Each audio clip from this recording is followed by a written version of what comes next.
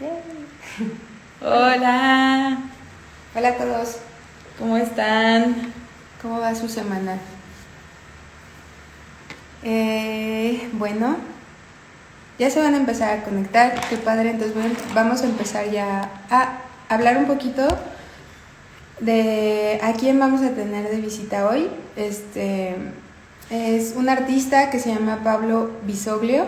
Ahorita vamos a compartirles más de su trayectoria. Les compartimos ya ahí en el perfil algunos de sus trabajos y su obra. Ahorita les ponemos aquí también en los comentarios el link para su perfil, para que conozcan más de su obra, de dónde está trabajando ahorita, qué está haciendo ahorita, que también nos va a platicar de eso. Y pues ya, entonces de eso se va a tratar este live. Vamos a esperar unos minutitos a que Pablo se conecte y también se conecte más gente. Gracias a los que ya están muy puntuales. Y ahorita empezamos, ¿va? ¿Qué haces mientras? En un live. Mientras. Nos pueden preguntar. Si luego ven estos lives que no son en vivo, pero los ven las grabaciones, adelanten todo esto, que luego es muy incómodo ver así a la gente. Sí, están esperando. Bueno, mientras les vamos a leer un poquito de la semblanza de Pablo. Ay, está aquí Pablo. Ay, hola Pablo.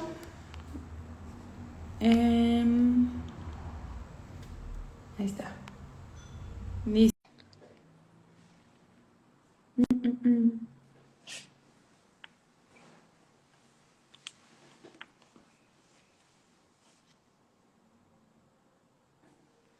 Ahí viene, ahí viene. Paciencia.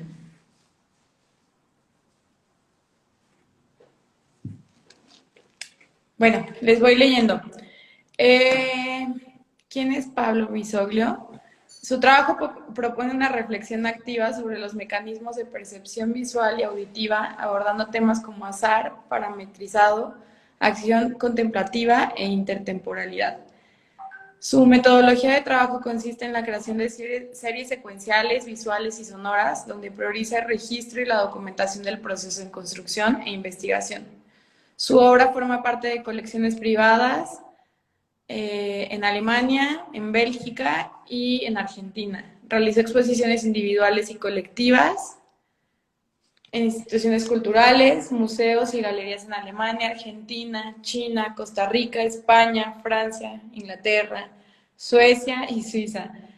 Y destacando The Bauhaus Archive en Berlín y The Royal College of Arts en Londres. Ahí viene, no se tarda, creo que tuvo un problemilla ahí, pero ya no tarda en conectarse. Sí, y también actualmente Pablo está trabajando desde Monterrey. Creo que, bueno, ahorita él nos dirá más a ciencia cierta, pero creo que tiene 2 años por ahí trabajando ya desde la ciudad de Monterrey. Creo que también será interesante platicar con él cómo es la escena artística de la ciudad. Y otra vez solo esperamos a que se conecte porque se desconectó. Ah, no, ahí sale, ¿no? Sí. Y acaba también de montar una exposición en la Trienal de Tijuana, que también nos va a platicar un poquito Participa. acerca de eso.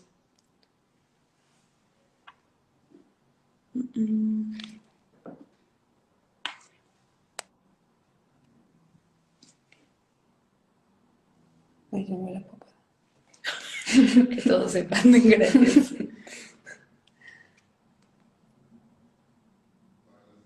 A ver, ya le estoy escribiendo.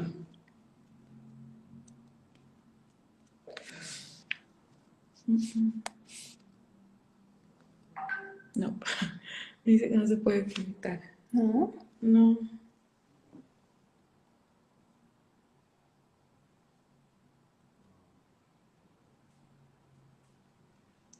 Pongamos música mientras. Ya no hay nadie. También, o sea, lo podemos quitar y volver a empezar, alguien. ¿no? Sí, pero Es no que se va a guardar nada. Dice, Pablo is unable to connect.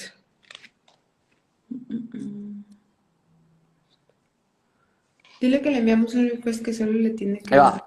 Ay, Ay, Ahora ya, sí, no. creo que era. Perdón, perdón. no, Creo no que. importa. Ahí va. A ver si puedo bajar donde está, que está mejor internet. Voy a caminar. ¿Cómo están, chicas? Saben que me mandaba el link y después me mandaba un link que me decía que no.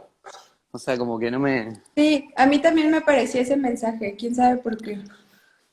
No soy. Ustedes saben que las redes y yo tenemos un vínculo muy polémico, vamos a decirlo así. Pero ya, mira, ya Ahí se va. metió. Ya Mm, estamos. les decía que a quien vea esta grabación después de live, adelante todo lo primero que pasamos, porque hubo muchos momentos de ya casi Lo, empezamos. lo- Pero lo ahora editamos, lo sí, editamos. ajá, ahora sí ya estamos aquí. Muy Eh, bien. ya leímos un poquito de tu biografía, pero siempre es más padre que ustedes nos cuenten de viva voz. A lo mejor algo muy breve de tu trayectoria y recalques lo más importante que estás haciendo ahorita o lo que más quisieras que la gente conozca acerca de tu trabajo. Perfecto. O sea, leyeron la semblanza, Sí. básicamente. Sí.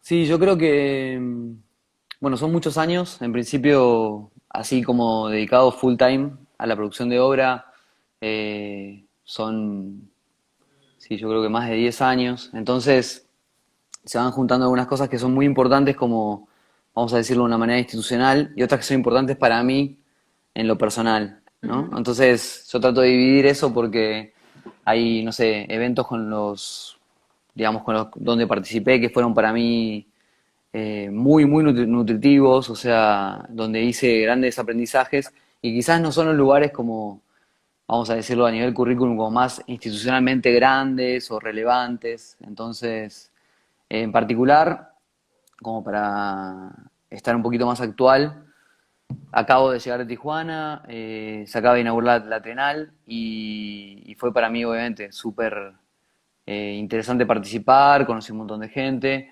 Creo que a nivel montaje y exposición, la escala del Secut me sorprendió completamente.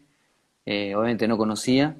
Sí, sí el espacio, pero no pensé que tenía esa escala. Y después para traer algo como de un poquito más atrás o del pasado, eh, fue una de las exposiciones creo que fue para mí más importante como a nivel carrera. Fue una oportunidad que me dio un coleccionista en Buenos Aires, que es la colección Juan Vergés, que si bien yo lo había conocido, había tenido un vínculo, por ahí después les comento en profundidad, él me dio una ventana como la posibilidad de exponer en su colección un año. Y ahí viene otra cosa que creo que a veces las exposiciones, que generalmente duran un mes, 2 meses, van un poco en contra, digamos, de lo que es el desarrollo de la obra, ¿no? Porque quizás son muchos más meses o tiempo el que uno tarda en producir la obra, el Mm. concepto, en llegar a una materialización y después la obra quizás se ve un mes, ¿no? Y en ese mes, el vivo de la obra, digamos, que para mí es muy importante, termina siendo un fragmento muy chiquito de tiempo. Ujú. Obviamente existen sus resonancias y por eso es importante hacer un buen registro y también contar con otras personas que sigan distribuyendo de alguna manera esa obra a nivel, no sé, centros culturales, gestores culturales, mismo muchas veces son los amigos o colegas artistas que también se encargan de expandir, ¿no? Ese trabajo, porque saben que antes hay por ahí 8 meses, un año, como mínimo, en mi caso 6 meses de producción, como mínimo. Ok. ¿Se Y escucha bien? ¿Todo bien? Siento que Sí, todo todo se, llegué súper como bien. corriendo. todo se No. escucha muy bien. Muy bien, También qué bueno. te queríamos preguntar si nos puedes platicar un poco sobre cómo es la escena del arte actualmente en Monterrey. Tú que la estás viviendo muy de cerquita ahorita. Perfecto. Monterrey, bueno, yo estoy hace 2 años y medio en Monterrey, Ujú, o sea que voy como de alguna manera aterrizando, ujú. llegando, pero creo que Monterrey tiene, en principio, digamos, es una ciudad que yo creo que tiene como, para decirlo de una manera, una geografía muy interesante. Desde que es un valle, o sea, creo que es como de alguna manera, no sé cómo explicarlo bien, pero estás rodeado de montañas y eso genera como una matriz, esa es la palabra. Creo Ujú. que hay muchas cosas que pueden surgir que hay muchas conexiones que se dan porque la ciudad en sí ya plantea como de alguna manera esa es una matriz, un lugar formador. En una visión más filosófica, abstracta, ¿no? Después, a nivel práctico, creo que los últimos años, por lo menos lo que me toca a mí vivir, se van dando un montón de fenómenos. Creo que los centros culturales independientes están tomando, y espacios independientes de arte están tomando como una importancia mayor a la que tenían, lo que yo siento, si bien siempre hubo, pero por ejemplo, no sé, un trabajo, para nombrar a alguien, un trabajo como el de La Cresta, Ujú. que es el trabajo de Abril Sales, junto a Rebeca, René, que también ahora está participando como gestora cultural en ese espacio. Creo que, no sé, después Sideral, con Virginie Castel, también otra curadora que está encargada ahora del Departamento de Artes Visuales de San Pedro. Creo que en el caso de Virginie, por ejemplo, por nombrar a alguien, ella viene de todo un mundo independiente y ahora está pasando a lo institucional. Y eso es un reflejo de que muchas cosas que se hicieron desde la periferia, de alguna manera, como espacios independientes autogestionados, sin presupuesto, obviamente contando con los artistas y con los curadores y con los gestores como colectivo, van ganando lugares. Después, obviamente, está lo más institucional, que es el marco, que también está haciendo políticas como de acercamiento. Con la pandemia hizo un montón de cosas como para que la gente pueda participar dentro de lo que sería el espacio del museo, de manera virtual, pero tendió un puente. Y después creo que también hay muchos artistas que están abriéndose, abriendo sus talleres, generando sus propios como eventos. eh, También hay otro movimiento que tiene que ver con Fama, que es una feria de arte Ujú. accesible, independiente de alguna manera también, y que si bien yo no veo tantos colectivos, que es algo que por ahí ustedes me cortan cuando sientan que o voy muy rápido Dale, o me voy de tema, dale, que pueden dale. ser las dos cosas. Eh, yo vengo de un contexto donde en 2001 en Buenos Aires, Sí, es lo que te con iba a la... contar. Que nos contaras ah, también de eso, porque está muy interesante. bueno, y ahí va en comparación quizás con lo que voy viendo ahora, ¿no? O sea, en 2001 en Buenos Aires, como ustedes sabrán, una crisis económica gigante, como que el país de alguna manera se estaba desarmando, y hubo un fenómeno muy interesante que las fábricas y casi todos vamos a decirlo así, los proyectos tanto empresariales como microemprendimientos, artísticos, culturales o no, empezaban a colapsar, era muy difícil seguir adelante en el Ujú. contexto de crisis. Entonces se dio un fenómeno que se llamó plantas recuperadas, donde los mismos empleados de las plantas que quebraban, como no podían ser indemnizados, tomaban como cooperativa la fábrica y seguían produciendo y digamos, sustentaban sus trabajos Ujú. y funcionaban como cooperativa. Ok. En ese contexto, en 2001, yo estaba estudiando en la facultad y empecé a tener, obviamente, amigos y demás de la carrera, eh, y ellos participaban en diferentes grupos, digamos, colectivos artísticos, que era el mismo principio, ¿no? Porque te juntabas y Ujú. si no te reunías no podías seguir adelante y menos con cosas que yo creo que lo más lindo que tiene el hacer es que es porque sí, es como lúdico en algún punto, si bien después tiene, digamos, como que hace mucha fuerza en la sociedad y es muy importante, pero el hacer en sí, el hacer artístico, yo creo que tiene que tener un componente lúdico y estar completamente basado en un porque sí, no esperar garantías. A eso me refiero con Ujú. hacerlo por hacerlo, digamos. Ujú. Entonces, bueno, con ese contexto de participar en colectivos, de salir a la calle, no sé, por ejemplo, generar una muestra y poder ser la persona que está montando, como la persona que está escribiendo un texto para un amigo, o simplemente apoyando en el traslado de obra, no sé, como todo muy autogestionado. Eh, Viniendo de ese colectivo, siento que ahora en Monterrey empiezan a darse espacios, por ejemplo, como el de Fama, que si bien es una feria, como tiene sobre todo en las ediciones presenciales, como tiene un componente del artista ahí y de los artistas llevando adelante su espacio, montando sus obras, teniendo sus vecinos de alguna manera, Ujú. empieza a generar un movimiento que es un poquito más que individual. Creo que es un cliché que el hacer del pintor, del artista, del performer, de cualquiera sea tu medio, tenga que estar. Y es un cliché también erróneo, porque no Aislado. sé, exactamente, esa figura del ermitaño, si bien es cómodo, para decirlo de una manera, la comodidad no es buena.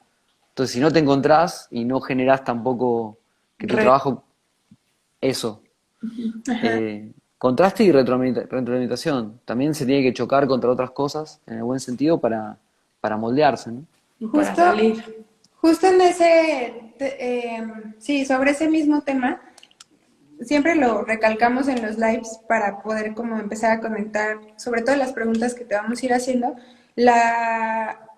Digamos que uno de los objetivos de Lanza es justamente eso, o sea, como que nosotros tenemos mucho esa visión de que el artista aislado, que desde que no entiende, no quiere ver, o simplemente porque nosotros tenemos esa como visión de que el artista es un ente desconectado de la vida, de la sociedad y que trabaja solo, es algo erróneo, porque justamente las redes, la retroalimentación va a ser algo que haga que tu trabajo pues crezca y que tenga mucho mayor impacto. Entonces, por eso nosotros buscamos dentro de la profesionalización ayudar a los artistas a que justamente conozcan este sistema en el cual están insertos, al cual pertenecen y quiénes son estos actores que están en ese sistema, para que esta parte de crear redes pues se dé de una manera pues uno más natural y también como más rápido, ¿no? O sea, que no te tengas que esperar hasta que topaste con pared 5 veces para que te des cuenta de, sí es cierto, es que esto me faltaba. Entonces, Mm, un poco por ahí van las preguntas con las que vamos a Empezar. empezar a rebotar. Que muy la bien, primera es, desde tu perspectiva, ¿tú qué entiendes por la profesionalización del artista? perfecto. Bueno, vamos a dividirlo de nuevo en dos, hacia adentro, digamos, hacia la práctica, con poder,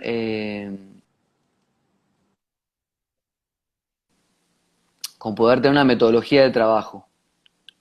De nuevo, ¿no? Va a derrotar quizás, digo, todo esto es una visión obviamente personal y que va cambiando con el tiempo. Hoy creo que tener un contexto de trabajo, un método de trabajo, unos horarios, o sea, una estructura de trabajo lleva a una buena práctica y quizás hacia adentro hace a una perseverancia y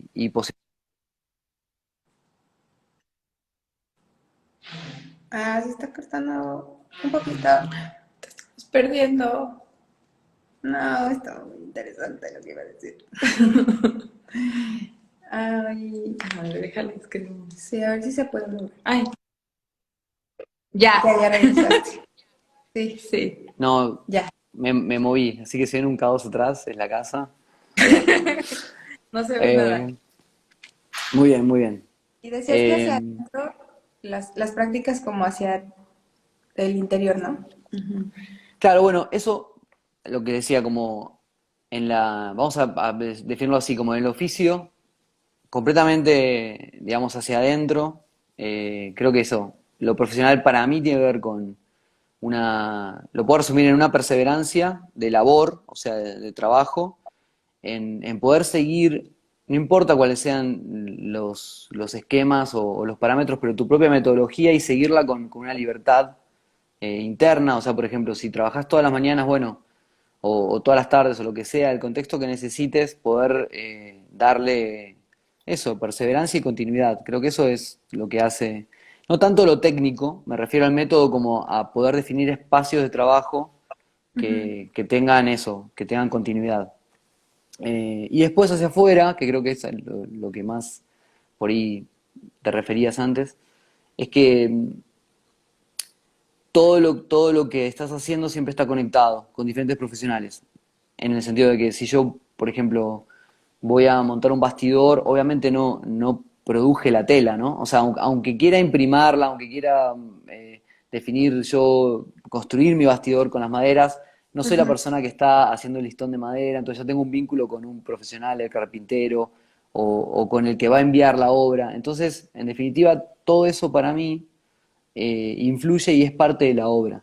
O sea, no de una manera, digamos, holística, vamos a decirlo, abstracta, sino realmente es parte de la obra. O sea, influye en tus experiencias y puedo contar una historia, como que yo generalmente construyo unas cajas de acrílico eh, y esas cajas de acrílico, la persona, digamos, como el primer constructor, que era un señor muy grande, a mí me educó. O sea, si yo no hubiera confiado en el proceso y haber entendido que no estás nunca solo y que ese eslabón de la producción, si bien puede ser solamente, alguien puede pensar que es lo que preserva la obra, en mi caso yo hago como que los bordes tengan una curva para que no genere un reflejo adentro de los móviles, y esa curva, si no hubiera sido porque él se metió en mi proyecto, porque sí, y yo quizás de una manera, por suerte, le pude dar el espacio para que también él opine y cambie un montón de cosas, no se hubiera dado esa fusión y quizás no hubiera descubierto que es mejor que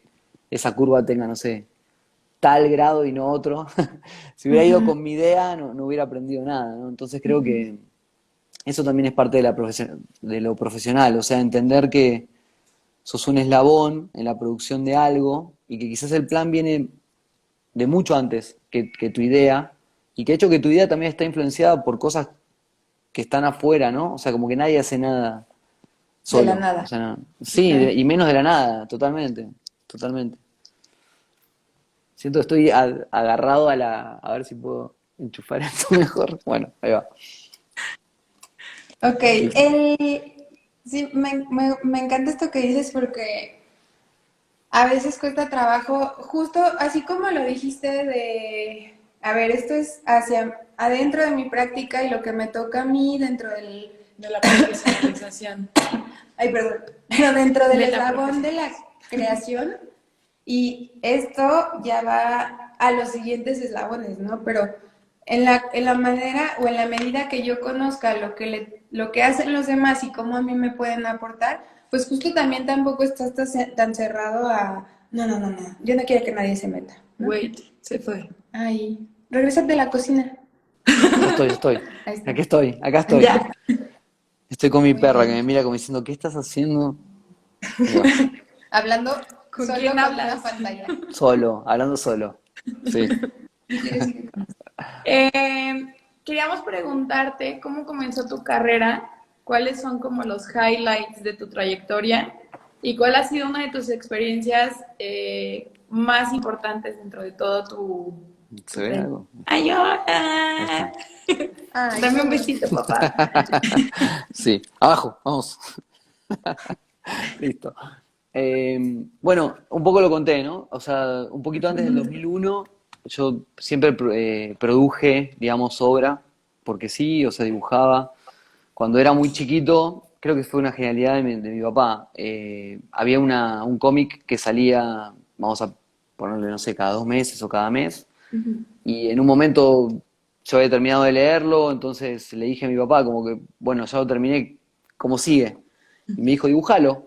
Como que así muy simple fue, dibújalo, ¿cómo sigue? Porque falta un mes, ¿no? Y que es un mes para, no sé, yo voy a tener 8 años. Entonces ahí empecé como a copiar ese cómic, esa tira, y a continuar la historia. Entonces después se volvió algo que era muy interesante porque no solamente continuaba una línea paralela de tiempo como era para mí eso o para un niño, ¿no? Y cómo seguía para el autor, porque obviamente continuaba el cómic continuaba en el mundo real, vamos a decirlo. Entonces, esa fue, creo que la primera producción así como de dibujo con intención. Y después, eso también es otra cosa que creo que se puede aclarar, que obviamente es muy personal, pero creo que después lo vamos a hablar seguro, pero que es una obra, ¿no? Entonces yo siempre lo que me van a escuchar que lo voy a decir, es como, creo que la intención es una parte fundamental de lo que puede ser o no una obra. Como que excediendo cualquier tipo de formato o marco institucional, de nuevo, ¿no? O sea, una obra puede ser eh, pasear a tu perro, si la intención, el registro y un montón de cosas, digo, acompañan eso como obra. Entonces ahí, ese fue el comienzo en cuanto a dibujo, y después profesionalmente tiene un grupo de amigos que es un colectivo que se llama Doma en Buenos Aires. De nuevo, luego del 2001, ellos hacían un montón de cosas en la calle y me empezaron a invitar de a poco a participar con ellos en esas acciones colectivas que eran intervención, muralismo.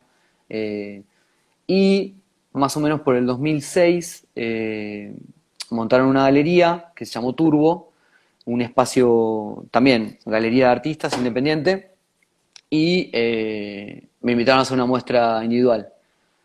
Pero de nuevo, ellos sabían que yo producía obra, o sea que estaba generando en ese momento ilustración, dibujo, collage, y como éramos, digamos, compas, me dieron la oportunidad de exponer. De esa galería que se llamó Turbo, ellos siguieron avanzando con el proyecto, lo llevaron a Arteba, que es una feria muy grande en Buenos Aires, quizás la más grande, y en Arteba, ya exponiendo en su boot, digamos, conocí a este coleccionista que se llama Juan Vergés, y él me dio, vamos a decirlo así, como la continuidad de seguir mi obra. Primero fue en el 2000, creo que 6, Ujú. después en el 2010, de estar interesado en cómo avanzaba esa serie. Yo seguía produciendo, pero mientras trabajaba de mil cosas, ¿no? O sea, otras cosas. Eso lo hacía, vamos a pensarlo así, como en mi tiempo libre o en la contraforma del tiempo de lo que era un trabajo. Si Pablo, bien lo hacía, sí, cuéntales por favor Tu historia de la Cenicienta. anécdota de Cenicienta, porque eso también está muy padre. está bien. Bueno, es eso. Yo tenía como trabajo más que nada haciendo tapas de disco y hacía tapas de disco para bandas de rock, ¿no? O sea, producía el álbum, digamos. Y tenía como un contestador, no tenía teléfono, no tenía nada, usaba solamente el mail y un contestador de los viejos que reproduce la voz.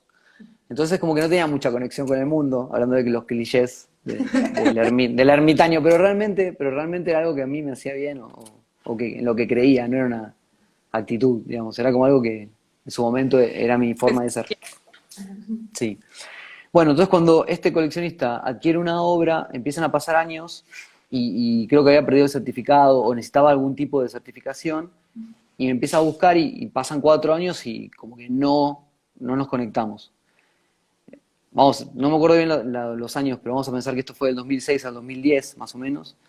En el 2011, como que me conectan por mail, entonces voy a la colección, es una colección muy grande, yo no sabía, la verdad, y ahí como que conozco a la curadora de la colección que me propone adquirir como 12 obras. De nuevo, ¿no? En el contexto que yo hacía otro trabajo, eso lo hacía para mí, presento una carpeta, pues me preguntan qué tengo, compran esas 12 obras, o sea, ellos adquieren esas obras para la colección, y ahí pasan otros 6 años, hasta el 2016. Y en el 2016 me vuelven a escribir, entonces yo vuelvo a tener contacto, y por eso digo la importancia también del otro lado, del lado de donde una persona que es un mecenas o es un curador, o que por ahí también es como un sueño, eh, que también le da continuidad y que ejerce el otro lado de lo que sería la producción de obra, alguien que preserva la obra, como puede ser eh, un amigo que tiene tu dibujo y se encarga de nuevo la intención, ¿no? De que eso esté a resguardo en su casa, o sea, no tiene que ser algo gigante. Y bueno, en ese momento él me da una oportunidad, y la oportunidad está en la parte medio cenicienta, que me da una expo de un año, que es lo que les contaba. Entonces, en esa expo de un año, como la colección tiene mucho flujo y va mucha gente, la colección está en Buenos Aires, un coleccionista de Alemania visitó la colección y me propuso también hacer una obra, entonces me fui a Alemania, y de Alemania me fui a Bélgica, y así fue toda una cadena hasta que en Alemania me reencontré con Grace, que hoy es mi esposa, digamos, mi compañera, y ahora ya estamos con nuestro primer bebé de un mes. Entonces es como que esa es la parte cenicienta, que si no hubiera sido por todo ese aval, digamos, bueno, no estaría en México, obviamente, no sé dónde estaría, pero No serías papá. quién sabe. ¿Quién sabe? Quizás no, quizás no, quizás no, porque todavía tenía el teléfono así, el contestador, y Todo no es sé. Es escondido. una historia muy Sí, bonita. Muy, sí, sí. y, Increíble, todavía hoy para mí increíble. Sí. sí. Y regresando un poco al tema de la profesionalización, ¿cuáles son esos procesos que todavía al día de hoy, puede ser tanto de producción como ya lo que viene después de la producción, te cuestan todavía mucho trabajo realizar? Bueno, definitivamente todo lo que tiene que ver con el transporte de obra, porque de nuevo, ¿no? Creo que es lo más delicado en cuanto a cuando son envíos, seguros, la conservación. eh, a veces involucra también como el armado y el desarmado de la obra. Entonces hay un montón de cosas que, en mi caso, que muchas obras tienen móviles, son delicadas en algún punto. Entonces también eso es como confiar en alguien que pueda realizar todos esos procesos. Y después hay toda una parte también de certificación de la obra, de inventario, de registro, de documentación, que en mi caso tengo suerte y me ayuda muchísimo Grace, o sea, mi compañera, mi esposa, que es como muy buena en eso. Entonces es como que ahí también tengo mucha suerte, como que ella me cubre esa parte. Pero sobre todo el traslado, creo que los envíos de obra y eso, ¿no? La instalación son de las cosas más... Hay que encontrar a alguien que entienda también tu sintonía y que hay muchas responsabilidades, ¿no? Muchas veces la obra no es tuya, o sea, la obra ya fue adquirida. Entonces vos estás enviando una obra o estás, digamos, realizando un proceso que involucra, ¿no? O sea, a alguien que adquirió esa obra, a otras expectativas, o sea, digo, si la obra se pierde para mí, obviamente es algo que puede ser un golpe, o si se daña o algo, yo la puedo restaurar. No es lo mismo si se pierde para alguien. O sea, es muy diferente, ¿no? Emisor y receptor en ese caso. Sí. Muy bien. Vas. ¿Qué consejos le darías a los artistas que ahorita te están viendo o los que vean este live después para que comiencen su proceso de profesionalización como artistas? Bueno, de nuevo, ¿no? En dos, vamos a partir de todo en dos. Hacia adentro y hacia afuera. Y obviamente, hacia adentro creo que lo dije. Creo que es una perseverancia eh,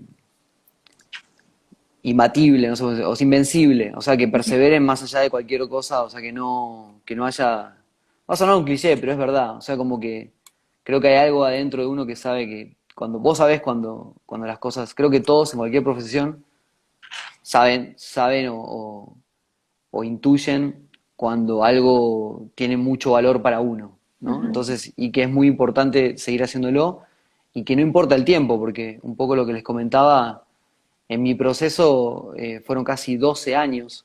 Si lo pienso, esta aventura con la colección, desde la primera obra hasta la exposición, digamos, son más o menos 10 años.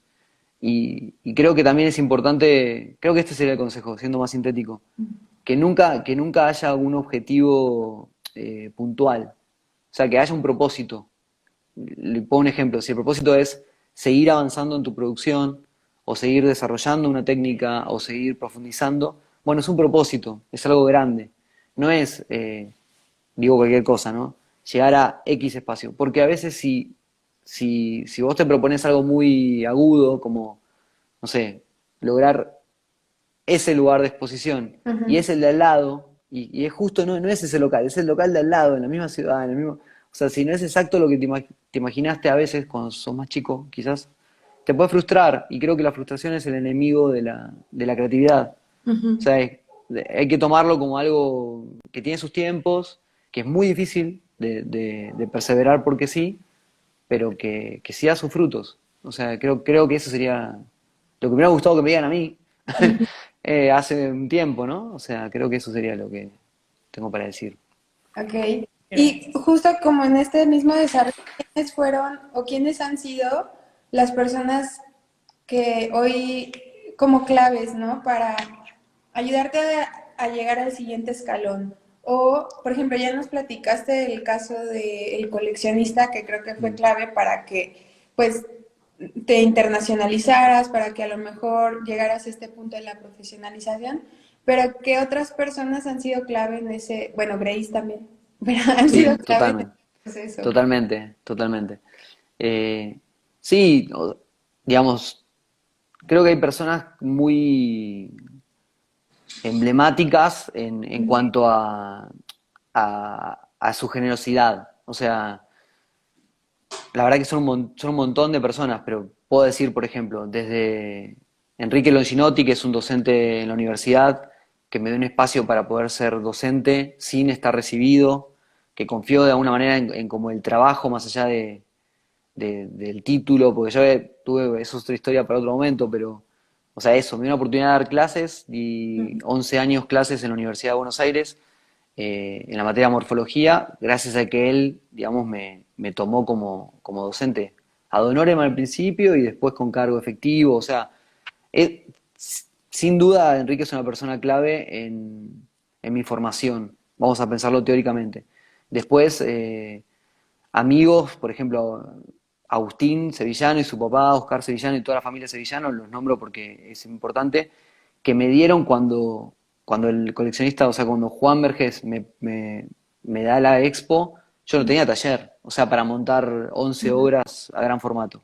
Entonces, Producción. Agustín y su familia me dieron un espacio de taller, o sea, sí, me dieron literal un espacio de taller en una fábrica que tienen para que yo pueda producir y me adoptaron como un hijo más, porque estaba, la verdad, 24/7 en la fábrica, molestando ahí y eso fue clave. Y creo que también, ¿no? La familia obviamente de Grace, mi familia, y un montón de amigos. Después también amigos artistas, Julián Manceli, muchos de los músicos con los que antes trabajaba también me impulsaron a través de sus, confiarme, digamos, antes de la producción de obra como obra en sí, Ujú.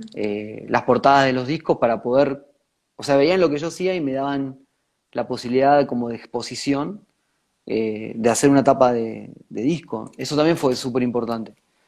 Y obviamente seguro me he olvidado un montón de personas, pero creo que tratando de pensar así en macro, Ajá. son los amigos que ven que lo haces porque sí, que lo haces de verdad y que confían, creo que es eso. Sí, y creo que también es bien importante sensibilizar a quien tiene mucho interés genuino por el arte y también tienes la posibilidad, los medios, y no solo económicos, o sea, en tiempo, en espacios, que si en verdad te interesa el arte, tienes un amigo, pues verla, cómo puedes apoyarlo, te digo, más allá de lo económico, ¿no? O sea, no sé, hasta pues, no sé, me regalaron este kit de pinceles, nunca lo voy a usar, órale, creo que tú le sacas más provecho, o tengo un espacio en mi casa que no uso, lo puedes usar de taller, o sea, como el apoyo que también Apoyar. podemos darle al arte desde otros aspectos u otras esquinas que no sean solo lo económico, ¿no? Totalmente. Sí, o sea, muchas veces esto que les digo es como, o sea, creo que todos los amigos en general y la familia, cuando ven que es algo que está en vos, es como tu elemento, ¿no? O sea, que lo seguís haciendo. Creo que se ve muy claro en la niñez, ¿no? O sea, la importancia que yo creo que todo el mundo, en cualquiera de las ramas de las artes, o sea, un niño baila, un niño pinta, o sea, el dibujo, el cantar, inclusive si lo pensamos como el deporte en sí o cualquier componente lúdico, por eso digo, es algo muy importante que es otro lenguaje, como que no hay que perder de vista que el hacer artístico trabaja con energías y emociones que el lenguaje de las palabras, que es la interfase que tenemos todos para comunicarnos, más allá del idioma que hablemos, no puede, no abarca. Siempre hay un ejemplo muy bueno que daban en la universidad, es que cuántos colores hay, cuántos colores vemos y cuántos nombres para los colores. Ajá. Entonces, es un reflejo muy tangible de que el lenguaje, que las palabras, la interfase que todos usamos todo el tiempo, no alcanza a cubrir las emociones o el campo de percepción que tenemos. Ajá. Entonces, esa es la función del arte, digamos. Como un niño que por ahí no se puede expresar, al principio sí puede dibujar algo, o sí puede bailar, o hay un montón de cosas que creo que no hay que olvidar eso, no es solamente eh, la parte institucional, la especulación, el mundo del arte, el mercado del arte. Eso es una consecuencia, pero el valor real es que es un lenguaje que abarca o que puede transmitir como un puente mejor nuestras percepciones. Que la palabra no, y la palabra obviamente en el hacer poético, no me quiero extender, pero sí lo hace, porque justamente usa el lenguaje y lo rompe y construye otra imagen. Con las mismas palabras construye otra, pero en sí eh, creo que es eso, ¿no? Como tener en cuenta que nuestras percepciones necesitan otros canales, otras vías, y que ese amigo artista que tenés, o la persona, o tu hijo, o no sé, ese primo, está contribuyendo como todos los que hacen a expresar en ese canal, o a ampliar esos puentes.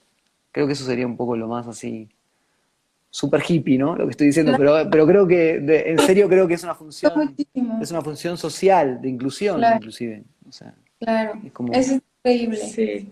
Y vamos, la última, bueno, no, la No, penúltima penúltima. pregunta. Me gustaría también que habláramos un poquito más sobre el cuerpo de tu obra. ¿Por qué Ok. decidiste, o sea, por qué lo más abstracto y no lo figurativo? ¿Por qué los colores, los materiales? Y a lo mejor sobre, no sé, particularmente en la obra que estás trabajando ahorita.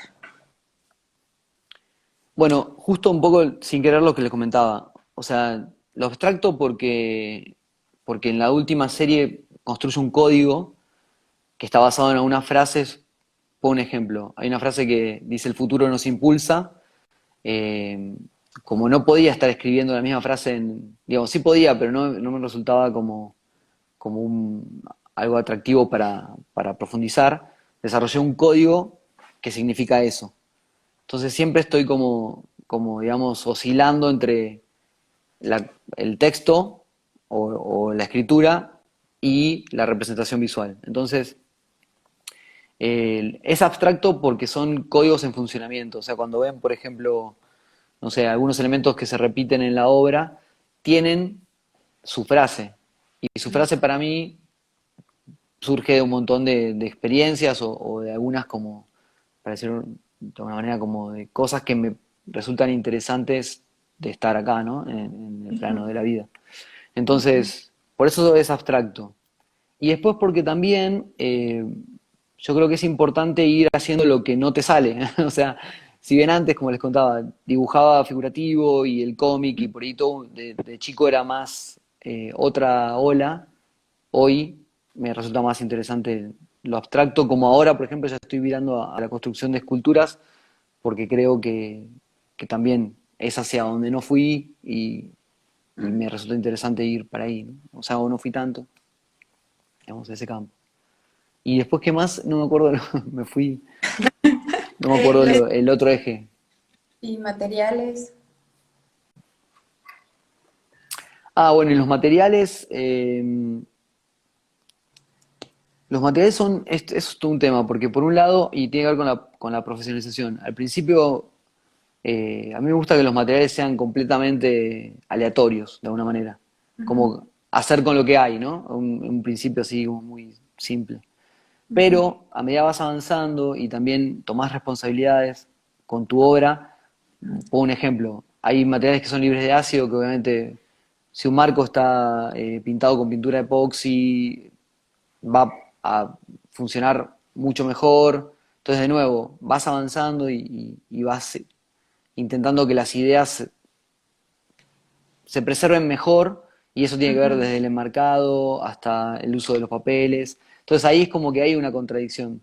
Muchas de mis obras son quizás elementos muy cotidianos que generan óxido, que tienen un montón de desgaste natural, o sea, que no son perennes, por decirlo de una manera, pero están preservados con capelos, cajas, enmarcados que están completamente con pegamentos libres de ácido, con pinturas epoxis, ¿se entiende, no? Como que hay una contradicción ahí que para mí es parte casi hasta de mi statement como artista.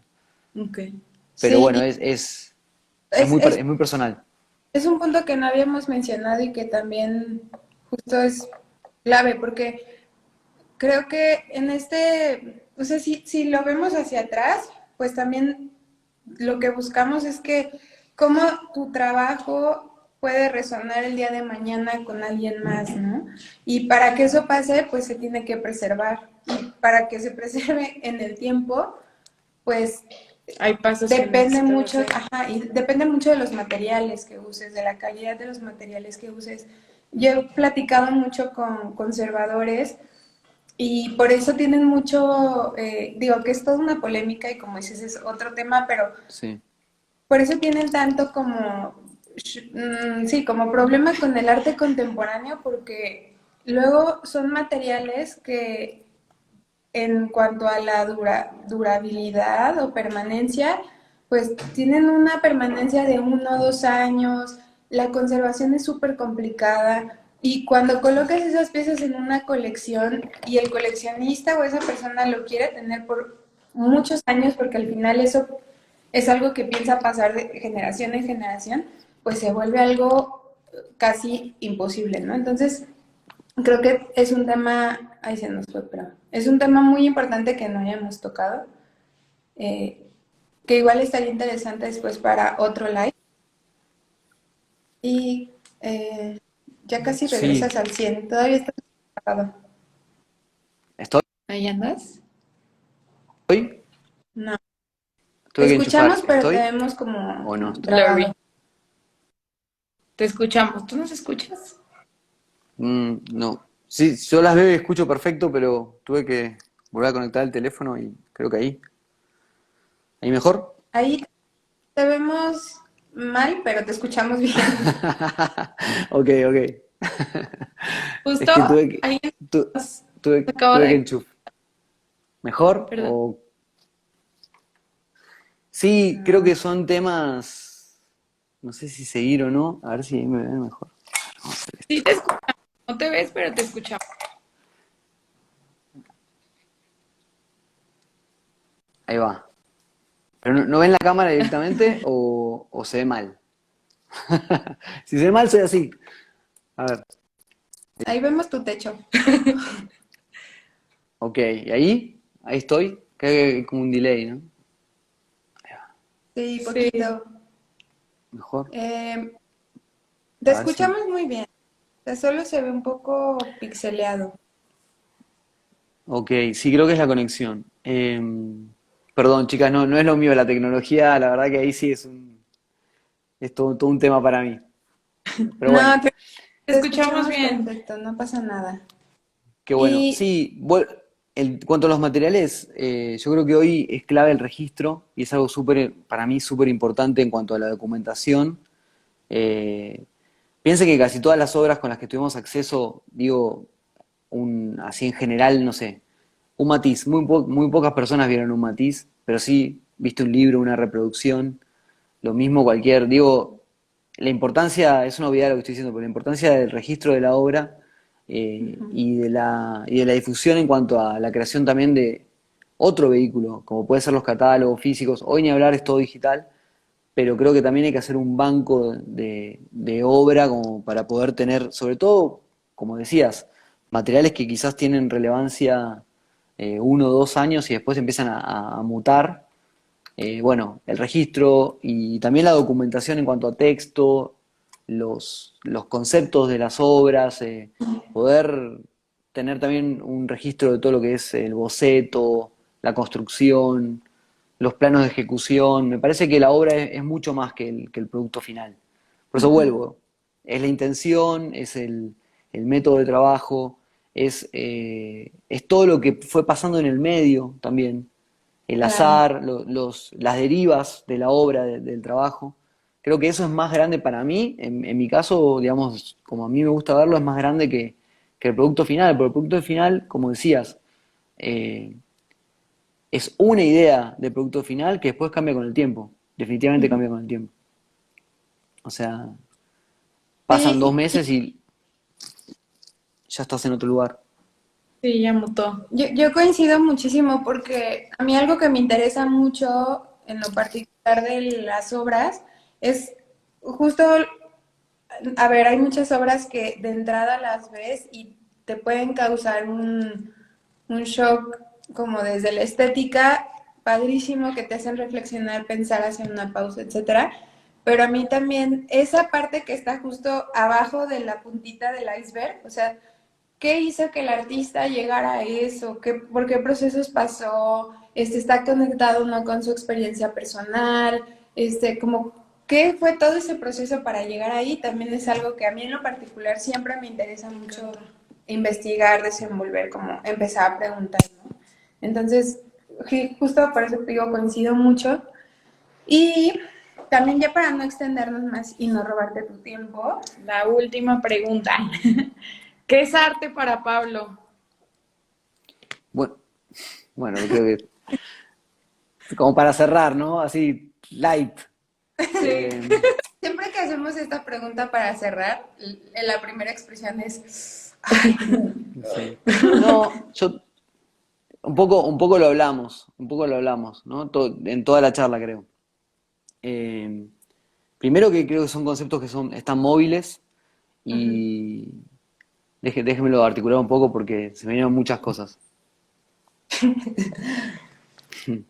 Que no- sí o sí tiene que ser algo que, de nuevo, esto es personal, que genere algún tipo de nuevo puente y que reemplace, como les dije, esto es algo muy personal, el lenguaje, la interfase que tenemos como cada uno con su idioma, no importa de nuevo si hablas inglés o español, yo siento que todos estamos articulando la mayor cantidad de tiempo un tren de palabras, ¿no? Por ejemplo, si decís tengo hambre, está diciendo tengo hambre. Es muy difícil que digas o que sientas que tenés hambre y tengas una imagen puntual. O sea, bueno, en el caso de la comida sí, pues se te ocurre algo. Pero quiero decir, vamos en el día a día, en lo cotidiano, teniendo estos diálogos y con una interfase que tiene que ver mucho con las palabras, donde yo siento que no hay tanta superposición. Ahora voy a llegar a lo que creo. Entonces creo que primero tiene que ser un nuevo canal que permita que otras percepciones que tenemos no encajen siempre en las palabras, en las limitantes de las palabras y el lenguaje. Eso por un lado. Y después creo que tiene que generar, en la era en la que vivimos, que vemos demasiadas imágenes y yo le digo el laberinto de scrolls, ¿no? Que estamos como, inclusive esto, que no, pero es una herramienta, exacto, como decías, es una herramienta y es una herramienta como un martillo, ¿no? O sea, construimos una casa o se lo damos en la cabeza a alguien. Entonces es como, todavía estamos en el momento de estamos viendo si o construimos la casa o se lo damos en la cabeza a alguien. Y creo que eso,